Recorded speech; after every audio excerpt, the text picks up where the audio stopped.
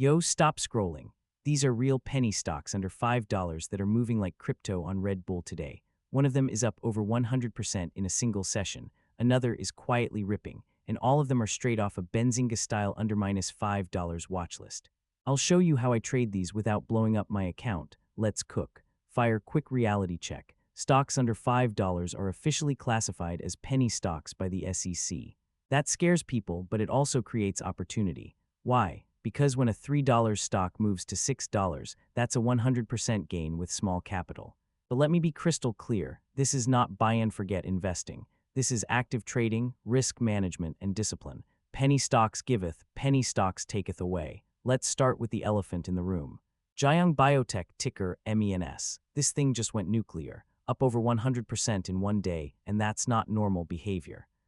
Jiang Biotech is a clinical stage biotech focused on therapies for central nervous system and neurodegenerative disorders. This is not a revenue company, it's a drug development play. Why the stock exploded as this kind of move almost always comes from one of three things. 1. Clinical update/trial progress. 2. Low float plus sudden volume spike. 3.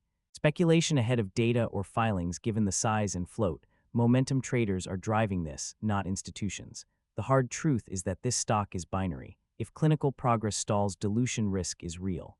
If progress surprises, upside can be violent. How I would treat men's momentum/swing only, not a long-term hold without data, never average down blindly. Translation for viewers.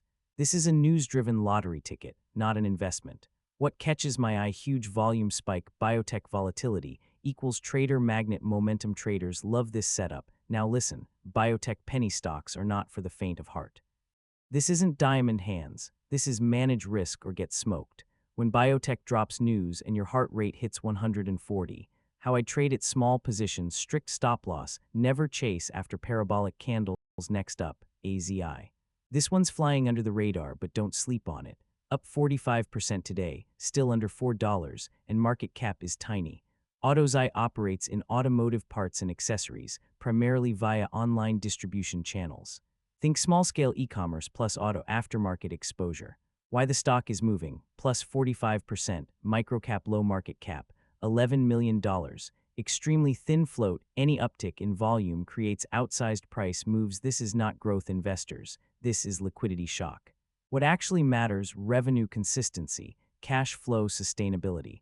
Whether volume stays elevated after the hype day. Key risk: people miss auto-related microcaps often. Pure short-term volatility play: respect resistance, no emotional attachment. Plain English. If volume dries up, price usually follows. Stocks like this don't move slowly. They stair-step, then jump, then scare everyone out. AZI chart be like, I'm calm, SIKA. Risk check: thin liquidity, sharp pullbacks, you must size down, not up. This one surprises people. CMCT, Creative Media and Community Trust. REIT under $5, ripping over 40%. Why this is interesting: real estate plus microcap equals unusual combo, heavily discounted valuation. Dead stocks can bounce hard. This is a classic dead cat bounce or early turnaround scenario. And traders love uncertainty. When the boring stock wakes up and chooses violence. CMCT is a microcap REIT focused on office and mixed-use real estate, mainly in urban markets. This matters because office REITs have been destroyed since 2020. This is a classic beaten-down REIT bounce. Oversold, tiny market cap, $4 million. Any buying pressure causes exaggerated moves. What actually matters: debt structure, ability to refinance, occupancy rates, cash burn versus rental income. The reality check: this is not a growth REIT. This is a turnaround or bounce trade.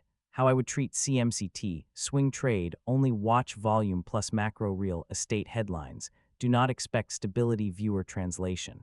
This is a dead stock trying to wake up. Sometimes they run, sometimes they fall back asleep. How I play these: trade the volatility, don't marry the position, respect resistance levels. Last one, EQ. Quietly up 30% today, still only $1.50. Why I like this setup: cleaner chart, less manic than men's, easier to manage risk. These are the ones traders like, because you're not sweating every candle. EQ holders sipping water while others panic. Equilium is a clinical stage immunology biotech targeting autoimmune and inflammatory diseases.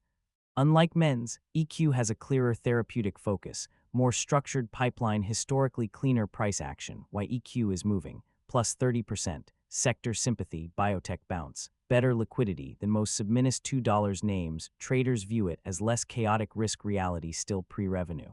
Still biotech, still volatile, but relative to the others, EQ is the most investable setup, still speculative, but less reckless. How I would treat EQ: swing trade with defined stops, possible multi-week hold. If volume sustains, monitor filings closely. Now the question comes how I actually buy penny stocks, my exact checklist. Under $5, 1 million plus daily volume news, or catalyst, defined exit before entry. I don't YOLO. I don't average down forever. And I don't chase green candles like a maniac. Chasing candles is how legends become bagholders. Real talk. Stocks under $5 can rip your face off upward or go straight to zero, so let me ask you, which one are you watching? Drop the ticker in the comments.